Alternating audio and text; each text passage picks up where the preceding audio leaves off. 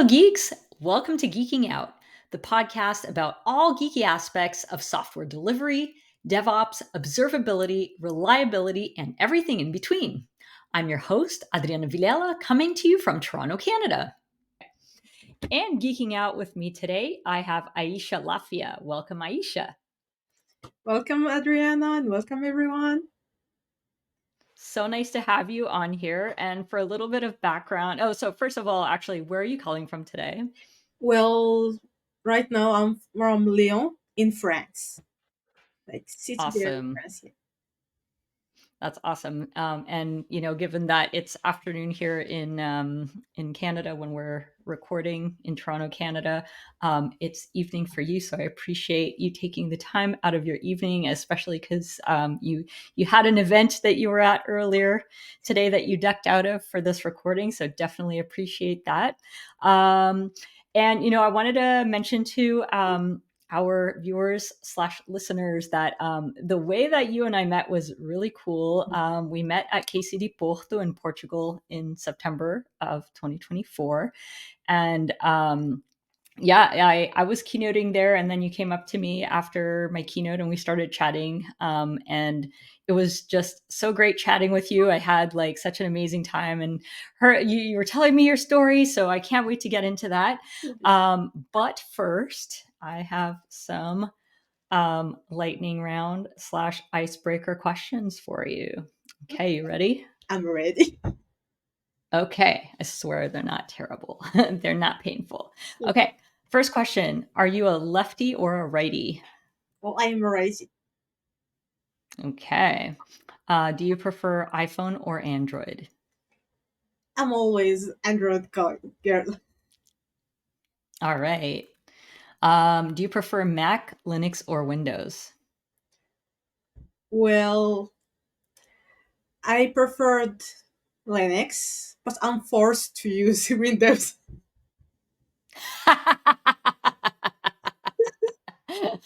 Oh, that makes me cry. That makes me cry. Do you use a Windows subsystem for Linux? That's my hero, literally. Yeah, that's what saved me too. The last time I had a Windows machine, I'm like, please let them have enabled it, because that's the other thing. You get a Windows machine, and like some companies disable it or don't allow you to like download the VMs, like the whatever Linux VM to run WSL, and oh, Well, for me, thankfully I've not had that's the first thing I ask about is that give me the administration role in my machine. I have to take control. yes. Yes, yes. Good call, good call. And I mean, you do dev work. You should have, some sort of administrative access over your machine, right? Indeed. And as I am, you can say old school, I'm all more like command type of people, developers who use command more than like platforms or desktop applications. For me, I like to write things, to see logs more than just to click on buttons. For sure, for sure. I feel you. Okay, next question. Do you have a favorite programming language? Well, it's obviously Java. I don't know Love how it, to love it. even like hesitate this question. Of course, it's Java. Of course. I love it. I love it. I think I told you Java was like I spent many years in Java. So Java and I were very good friends for a long time. I couldn't tell you what's new in Java anymore though. I'm so out of touch. Well, there's a lot of things. Indeed, like Java has been accelerating very, very fast. And that's a very good news for us. Like, Yeah, yes. yeah. I can imagine. Like what okay, so I'm of the days of like EJBs and J2EE, which I don't even know if that's like a thing anymore. What's something cool in Java like, that you're excited about? like right now, G it's still a thing, but they're working more like beans. There is Spring doing its work with more advanced features that's handling the beans.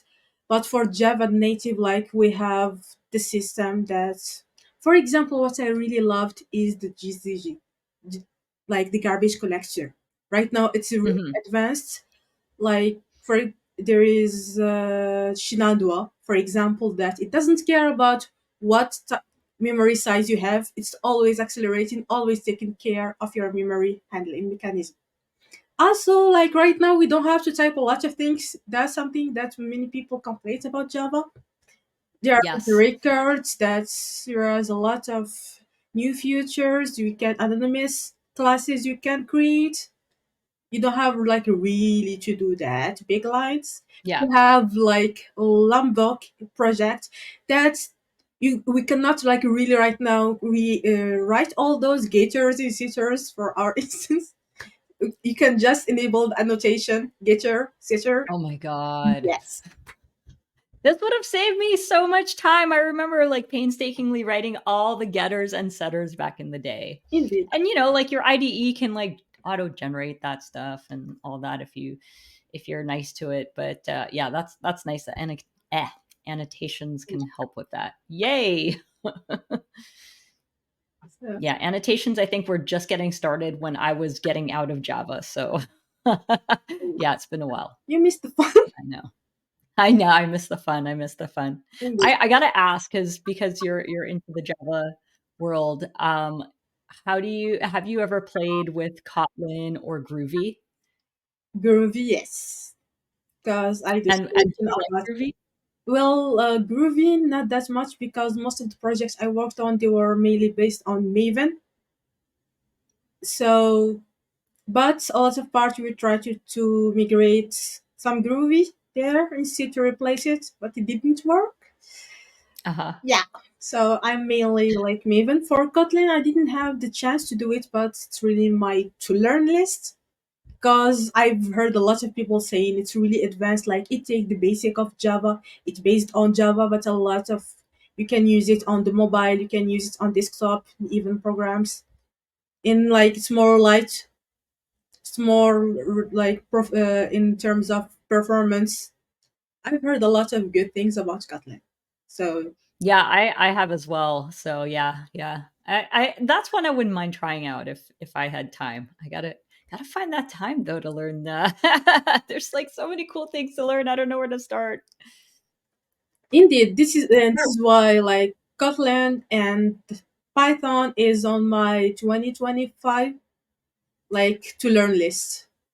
Yeah, Especially with the machine that's learning awesome. in AI. Right now, every like service we try to integrate AI a lot to automate the things, especially that communicate with people and a lot of handling processes. We try, so I have to learn Python because even using Java in the machine learning, there are some script or some integrated libraries that use Python. So we have to understand Oh, in that all roads lead to Python. the new things about Java. We can handle machine learning with Java too. That's cool. That's very cool. It's funny you mentioned Python because Python was like the language I learned after Java. And I mean, Python's been around for so long, right? And I have to say, like, I hope when you get around to Python, I would love to know what your thoughts are. I like Python. I think it's a very pleasant language to develop in. So yeah, yeah. And yeah, it's like so big in the machine learning space. It's wild. I love it. I love that it's like it's still alive and kicking. Indeed. Like for me, before I started with actually the first time I tried something like coding, it was a Linux script. That was like in the middle school. My sister, she was studying a little bit of like tech. It was the basic tech, so and she was trying some scripting in Linux. She was like, "Try this." I still remember my first command. It was ls. That was my first Linux command too. I didn't know what does it do, what does how it works, but I tried and I was like, yeah, that's interesting. And then when I It's tried to magical. look for like what I want to do for backup story, I used to dream to be a psychologist, Oh, but cool. I could not find like a really good school there that have the like the domain that I want to study there in Morocco. So I was like, I need to something that I can analyze a lot of things that have a lot of logics there. And I found the tech industry, especially when I got to know that that's something that we will do it in the future. It's really developing. It will become part of our life. I start to be more passionate, more curious about this, and this is where I try. Yeah, I will do. I will go to the tech industry, but what I will do, I try to look for something. Tried front end, back end when I was a student, but I found myself more into back end, especially Java. Like I start with the C language at first, Yeah. and I create some really interesting. Like I even build a mini game for 3D using C language C. Oh, cool. Yeah, I even like in then I switch a little bit doing something that like creating the systems more and with Linux like kernel. That was my gig in phase there in school. That's great. Yeah, and then I was like I was introduced to Java, and I'll it, Hmm. can call it like falling in love with the first line of code because I loved really the sense of being organized. Yeah. There is a pattern, it's organized. If you miss something, you know what's going on, what you missed, and it's really mature, it's really robust. Like it's always about mechanism that handling a lot from errors to security and all that. And even like back there was a lot of code. I was like, okay, that's a price I will take. I will code a lot, but it's good for me. Yeah. And this is why like I start to fall in love with Java, but what really make me adore it, it's always the community. Oh, yeah. Yeah. I hear lovely things about the Java community. I actually had someone on the podcast earlier, Ishel Ruiz. She's based out of, I want to say Basel. Have you met Ishel? Actually, thanks to Ishal, that I did my first technical talk. And the Oh my first, God. thank you a lot because we met back there in the Vox Morocco, like in Yeah. 2022, I think, or 23. Yeah. And I did like my first real talk. It was on how to organize tech events, like IT events 1-to-1. Hmm. And I met her there in her talk. By the end of talk, I went to talk to her, and I said that I do this talk. Here's what I'm talking about, and she was like, "You do Java, why not do a technical talk?" I said, "I don't have Oh, experience." She was yeah. like, "No, share the experience that you have. We need more women in tech." I even like did a little bit of a little interview, like open mic. That's something I used to do for a community there in Morocco, and I met her and a lot of women in tech, and it was like, go do it. And the amazing part is that my first like on-site technical talk on Dev Barcelona, she was there. I met her there. Oh my God. Yes. Oh my God. Oh, I'm getting She like was all so emotional hearing happy. this. You know, for the fact that I told the community that this is my first real technical like talk, they all went to see my talk, all in the front. I was like, oh my, Really? like the Java champion that were my role model are now attending my talk. And That is, that's my proudest wow. moment. Wow, and that is such a great and inspiring story, and, like, the fact that we have a connection back to a previous guest, and I remember actually when Michelle was on, the podcast, she mentioned that one of the reasons why she got into public speaking is that she wanted to empower other women, and I love hearing the story, like, I'm a story where another guest was uh, empowered by her. This is so lovely. indeed. Like I really have to thank her because she said why not if you're already doing a talk, do the technical one. Yeah, yeah, exactly. Exactly. Yeah. And you know what you said is so important. A lot of people are like, well, but I'm not, I haven't gotten too deep into this. I'm not enough of an expert. And people want to hear that stuff because there's still beginners out there. Like it's very relatable. So relatable. And I think it's more relatable coming from a beginner talking from a beginner's point of view than someone being more experienced talking from a beginner's point of view. I think it's a very powerful story that way. Honestly, I love the story. I love that you felt empowered by Excel, and you were lifted up by the rest of the Java community through their support just by being there for your talk. And like I saw you speak at KCD Porto. You were a great speaker. You gave was it a lightning talk? I'm trying to remember. It Yes, was it's on all. sustainability. It was a really great talk on sustainability. I'm so glad that I attended because it was like really informative, to the point, fun, everything that a talk needs to be. Yeah, for me, as I said, sustainability was and is a really topic that I'm interested of. And I try to really let people know that we need to consider an impact that we forgot a lot or not being attention to it. We're always talking about protecting the environment, sorting our things, making using like more renewable energy resources, but we never check what our codes do to the environment. And as I said before, our tech industry like contributes to 3% of the global greenhouse gas emissions, and by 2030 it will like be more than 13%. And that's a really huge number Wow. that we contribute to it as developers. And for us, if you want to really like make impact, there is the big steps that we go to the data centers, to the other like companies that create the machines that use energy to let them reduce the energy or go for more. We can sell real like energy, renewable energy that's more greener energy resources.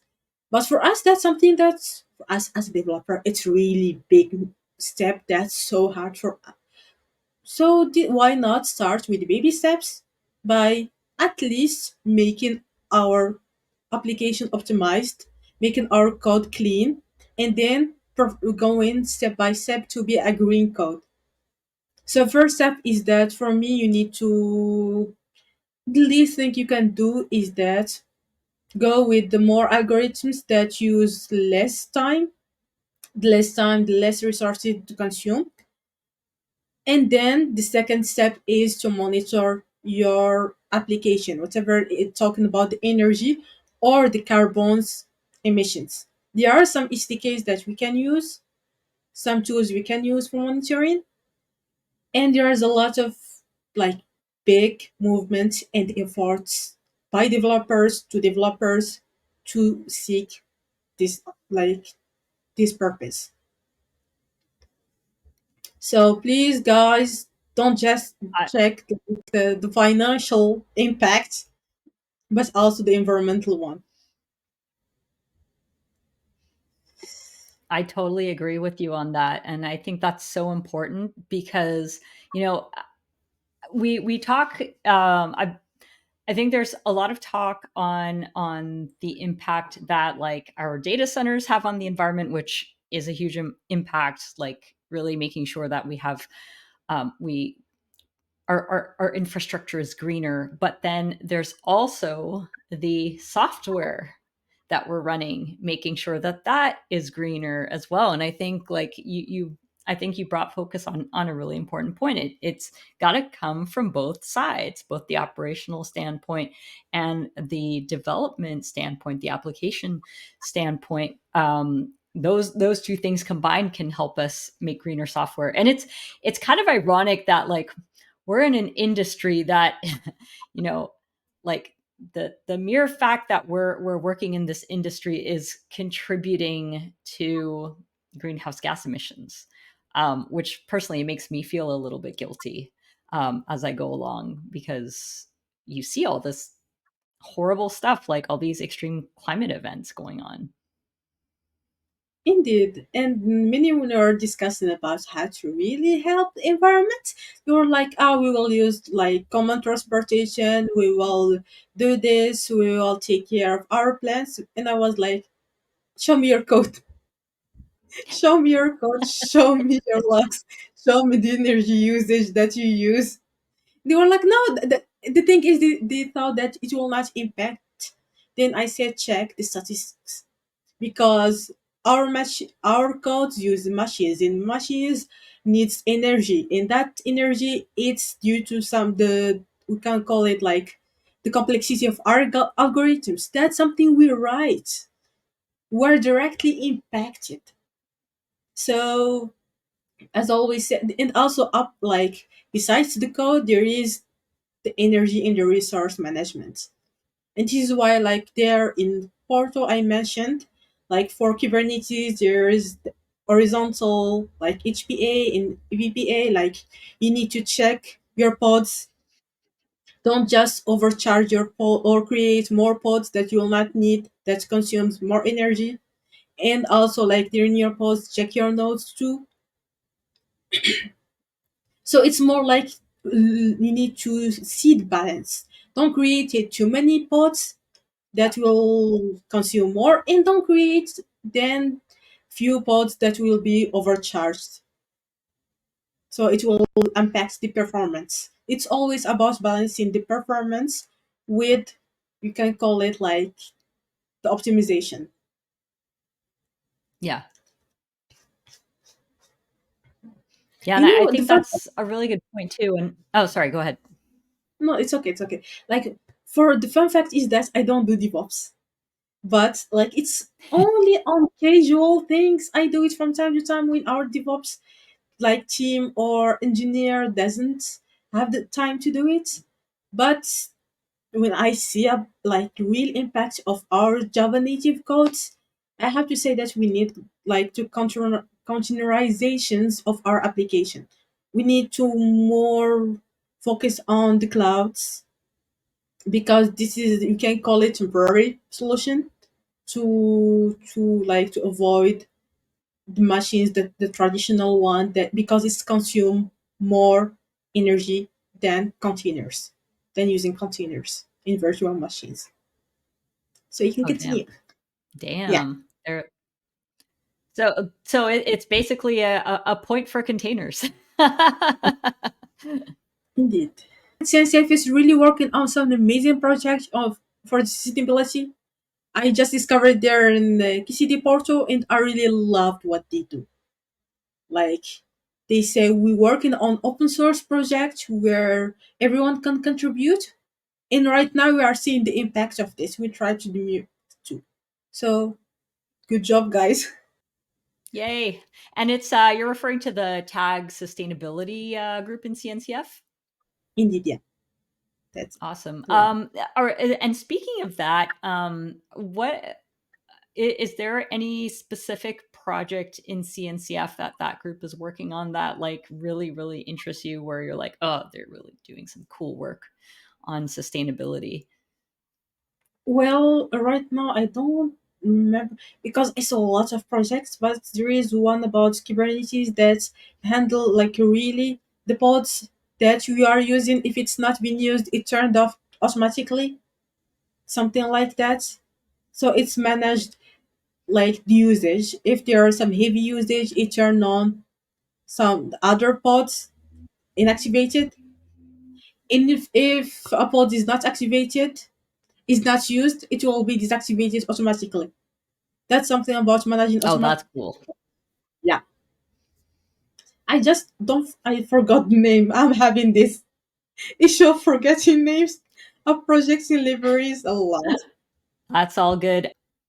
It's Cube Green. Cube Green. Oh yeah, Cube Green, sleep your pods, reduce your CO2 emissions. Hey, I learned something new today. That's awesome. So Cube Green is the name of the project. That's super awesome. That there's something out there that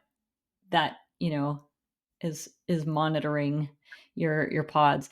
Yeah, it's funny, and like this is one of those things where you can tie it back to finance, where you're like, well, if you're using, if you got a bunch of idle pods, like it's going to cost you money because not the cloud's not free. So I feel like it's a compelling argument to like, tie greenhouse gas emissions to financial repercussions as well, because as we know, executives speak in dollars and not CO2 emissions. So it helps to make for a more compelling argument. Yeah, actually, this is what I'm always saying at the end of my talk. If the stakeholders are not convinced, talk about finance. Tell them that you will use less energy, less money. Exactly. Perfect. Perfect. That's awesome. I got to ask you, like, what interested you in this aspect of like sustainability in tech in the first place? Actually, I just discovered it out of curiosity. I saw a tweet about something like sustainability. I looked for it. Like sustainability in tech industry, the first thing that come in the search it was the statistics. It does sell how scary it is, how big those numbers are. I was like, damn, we need to take action. And why not start it by myself? What I am doing, what I like to do is to share information, especially like I start to submit talks. And this is why the first talk I did it was in the Barcelona it to talk about degree programming in Java. And And what I want to take a little step back in your just rewind on your career stuff, because when you and I met, one of the things that most impressed me about you is, just like you had this curiosity to like, hey, I just wanted to like learn about this, the environmental impact of tech. I was so impressed. I think you told me a story about how like you were thrown into a very unknown situation at one of your previous companies where you basically had to learn DevOps kind of on the fly, if I recall correctly. And correct me if I'm wrong. I was wondering if you could talk about that. I start first as the intern there. I was in the team with like a lot of backend developer, and there was a system engineer that handled this. After that, it was a decision by the client: do not like have any system engineering, and we will have to do this. Then when I then like after 1 year, I've been transferred to another team. We were just only two backends, and it was a lot of charge and tasks to do. So I started with little things. Thankfully, I already have some background, like I already know Linux, I already know Docker, how to run containers. It was like the basic, but I have to handle a lot of things from Kibana, from logs, Grafana, how to check this, Jenkins, how to handle CI/CD circle if there is issue, especially like we are talking about Ansible, how to use or versioning with Nexus. If some issue with logins or some issue with connection between them, how to handle it. It was like a very new word for me. And I was like in senior that I have on my second team. It was a really good senior. He was a really good mentor because I said to him, listen, you don't have to do all the work just because you are a senior. I'll try to help. Just give me the index what I can learn to do this. And he just gave me, we can say, the alphabets. Go learn Docker. I said I already have the background. And he was like, if you know Linux, Docker, and little Kubernetes, just take care of the system issues in the server, and I will handle the rest. So by second, like on the second team, I only handled system issues.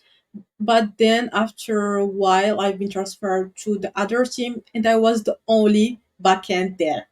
And this is where I have to do all the work.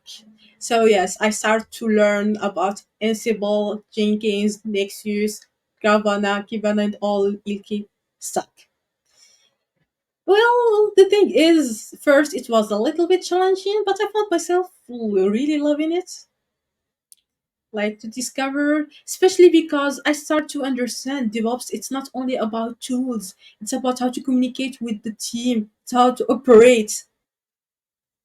Operate Yes. is only about machines, about to operate between the teams, what the team needs. You need to talk to them to understand what version they need. what, like, which time you will need it, so we can schedule it to have the environment ready for them to test or to develop something there.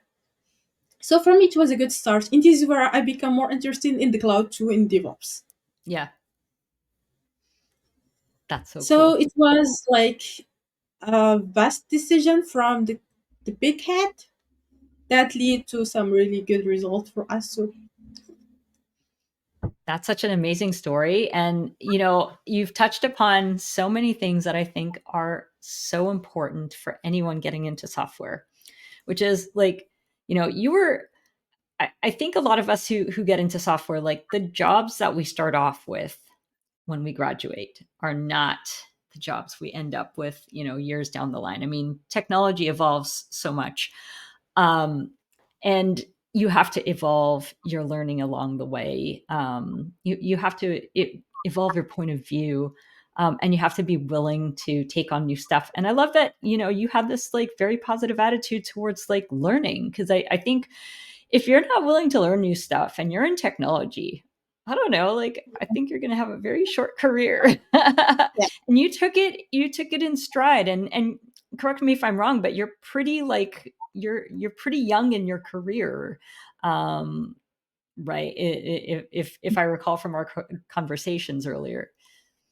actually, yeah, I almost have like, with interns and all that, 3 years of experience. But And within yet you've that, done so much. that indeed, Like, like yeah, even with the backend job, I start as intern, like handling small tasks, small fixing bugs. And then I went to my manager and I said, listen, I don't feel like this is the real tech, this is the real development. It's about fixing solutions, fixing problems, finding solutions. I need to understand like the business to fix the issues. And he was like, okay, you can start doing some like analyze solution designs. You can start with small ones. This is where I went to the second team, and they know this fact. The first ticket that I worked on it was like a function ticket. They give me, this is what the client needs, and I created solution design for it, the architect for it. I discussed with my senior, he validated, then I start to develop it, to implement what I write. And this is like for me my beginning to technical, like writing. So, and by that, when I start to really to do technical talking, we start to write documentation too, because I found something, some information were missing, and was like, I need to write this myself. If it's not yeah, for me, it's for like the next generation, the one that will come after me. exactly. Mm, Exactly. yeah, And that's such a great attitude, because you know, it's so easy to sit there and like complain about, oh, these docs are crappy. And then but you can do something about it. You can go and fix it yeah. and make it better for Actually, everyone. indeed, and especially because the team that I was working on it, it was a big one, but it was like, if there is something to upgrade, something to handle, go for it, because it's really old projects. They try always to make migration, to upgrade new services, but for all documentation, it was been untouched. So did you say you're welcome? Just leave a note why you did this, and everything is good. That's great. That's great. And I think you know, I do find like documenting things makes you a better speaker, because I think it forces you to like really sit back and like choose your words carefully to be able to explain stuff. And especially for a technical talk, technical documentation, you really have to be able to explain things clearly in order to be effective at it. Which is, I think, a very it's a very hard skill to hone. And you know, considering that like you're so young in your career and you've done all of this amazing stuff, it just blows my mind. Like you've got to be like, if I were your manager, I'd be like, can we just clone her a bunch? Actually, like, the last team there I was work in Escala in Morocco, I had a manager. He was like, listen, I'm already considering you as senior. Aw, You can do that's whatever great. you want. He never ever like questions my decisions. Well, I think So you bring in the right attitude too, because so many people like I've worked with and I've managed my fair share of people, and I've had superstars like you, and then I've had the people who are like, tell me what I need to do, and it's like, dude, just like, oh, a little bit of initiative, please. chill, we can do it. Well, yeah, indeed, because I really had a good start. I had a good start. They were like, listen here, we don't make difference between senior or junior. If there is a ticket and you are free, you can do it. You want help, ask for it. We will give you mentoring. And this is why I could really spend 2 years and a half there. It was a really boosting career for me still. Yeah. So, and then even like I had to make the hard decision to quit that company because I got opportunity to go to live here in France. And for me, because I really like, I want to try new adventure, especially to come to Europe. Well, we can say mainly because of events, because of community, because here it's more accessible. Right now, I can travel to events without like checking for visas or other traveling requirements. So I said, why not? I'm still young. I'll try it. And I come here in France with this company. They hire me as like backend software consultant, and then they do conferences too. This is where I got the opportunity to do talks from in Barcelona, in Spain, Barcelona, and in Luxembourg too. But as there is a crisis here in like the tech industry, I've been fired, laid off. Yeah, and this is the like a message to everyone who's saying it will not impact you. You never know because and it's not your fault That's so true. because That's so true. yeah, because thankful I'm already having like this cheerful mindset. When I got the news, I was like, okay, that's happened. And what's really helped me, to be honest, is that on that period of time there was the Paris Olympics, so I had the time, the full time, to enjoy it.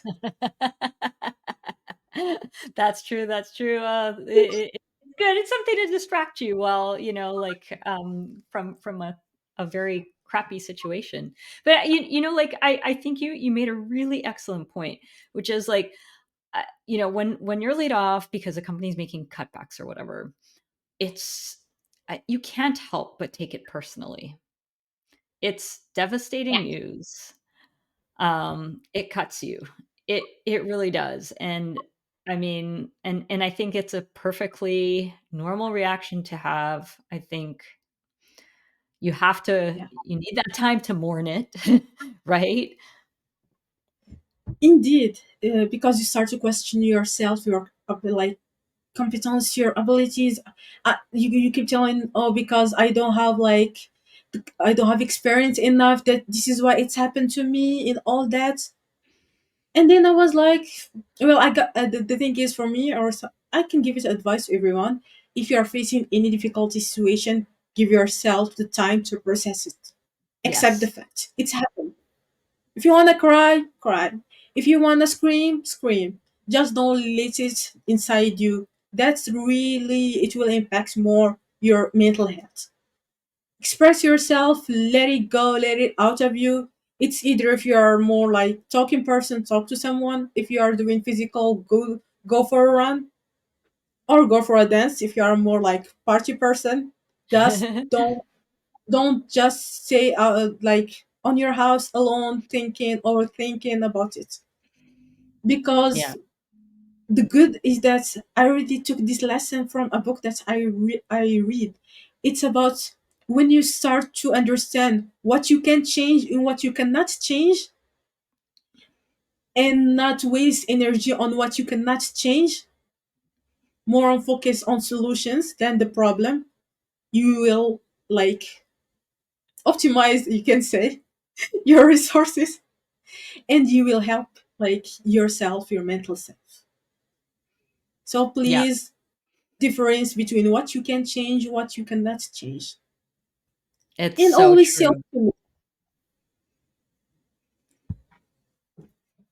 Yeah, I think Like that's such an yeah, important thing, such an important point to make is, be aware of what you can change, be aware of you can't what you can't change, because it's very easy to get sucked into that.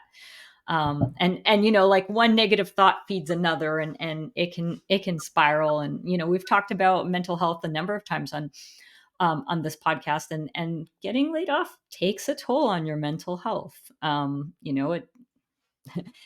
I'd be surprised if you said it didn't, like, because it is like it's tough. yeah, it did. Uh, Especially like for me because I never ever had this situation. I was studying and I had like there in Morocco we have the last 6 months of ours like studying in engineering school. We do an internship and I was recruited there in the internship, so directly I didn't have any pauses, and it was like kind of first time I'm jobless. I have a lot of like, especially I have rents to pay. I'll have a lot of charge. I need to look for a job ASAP, and it was like during the Olympics, so this stopped the requirements. They were more focusing on the vacation, the Olympics, and all that. So, and the fact that by time I didn't find a job, I was like, why this is happened to me and that. I'll try hard. And then I was like, why just look in there in like the Paris region? Why not look in France? And this is where I got this job here in Lyon. And the funny fact, I really like here. I start to see like the impact of me getting laid off. It was a good thing Yeah, because right now here I'm really with the team that's really encouraging, giving me all like give your potential. If you want to do something, if you want to suggest something, do it. And like it's really very they are very like lovely persons. Like today we have the Christmas party. It was so fun. And for the fact that I don't drink, I was the only one that doesn't drink there. And the only one that's eating like halal food. yeah, Like the menu for today, it was mainly fish and veggie meals because I cannot eat meat. right, right. Yeah, this is how considerate they are. So for me, it was That is like so I nice. found It's so my nice that they were so accommodating. indeed. And I was gonna say, there's something to be said, when you said you're the only one who wasn't drinking there. I was laughing because I was thinking, like, there's something to be said for being the only sober person in a party full of like tipsy people, and it is really I've been that person, and it is funny. Actually, for the fact they say that even if I don't drink, I don't need to. You've got the energy. You don't need Indeed, alcohol to give you to give you party energy, right? yeah, that's the spirit. And as they said, right now we're having a party. We forgot about the work. We enjoy ourselves. There is the music. There is companies like chatting casually. So no need for drinks. Yeah, yeah. I feel you. I feel you. I will choose bubble tea over alcohol any day. So that's great. Well, we're coming up on time, but this has been such a lovely conversation. Every time I talk to you, I'm more and more inspired by you. I see you doing some wonderful, wonderful things in your career. You're just getting started now. Before we part ways, I was wondering if you could give a some parting words of wisdom to our viewers and listeners. There's always a lesson to learn. It's either we win or we learn from our experience. So, whatever you have, situation, if it was bad, just endure it, accept it, and start to look for solutions. And this is for especially for you, the woman intake. Please, please, please start to shine out. Start to be presented in communities and events. We need you. We need you a lot because As we are a kind of minority, people start to think that there is few women that work in tech when you are really having huge impact. So please, this is we can say for women and men. If you have experience, share it. The small details, share it. If you don't like to show off the camera, you can write articles. You can post like on LinkedIn. Uh, we are right now talking about Blue Sky, our new platforms. Yeah, so choose the platform that you're feeling comfortable with. Start to share the information that you have, because even if you find it like something really simple, but it could help another developer. So please build the community to be like from developers to developers, and don't be shy to seek help, because we're not only given information but we need information too. So all I can say is that pay attention to your mental health, look for more communities in your domain, and enjoy your life. That's it. I love it. Oh, what a perfect way to end this podcast. Thank you so much, Aisha, for geeking out with me today. Y'all don't forget to subscribe and be sure to check the show notes for additional resources and to connect with us and our guests on social media. Until next time, Peace out and geek out. Geeking Out is hosted and produced by me, Adriana Vilela. I also compose and perform the theme music on my trusty clarinet. Geeking Out is also produced by my daughter, Hannah Maxwell, who incidentally designed all of the cool graphics. Be sure to follow us on all the socials by going to bento.me/geekingout.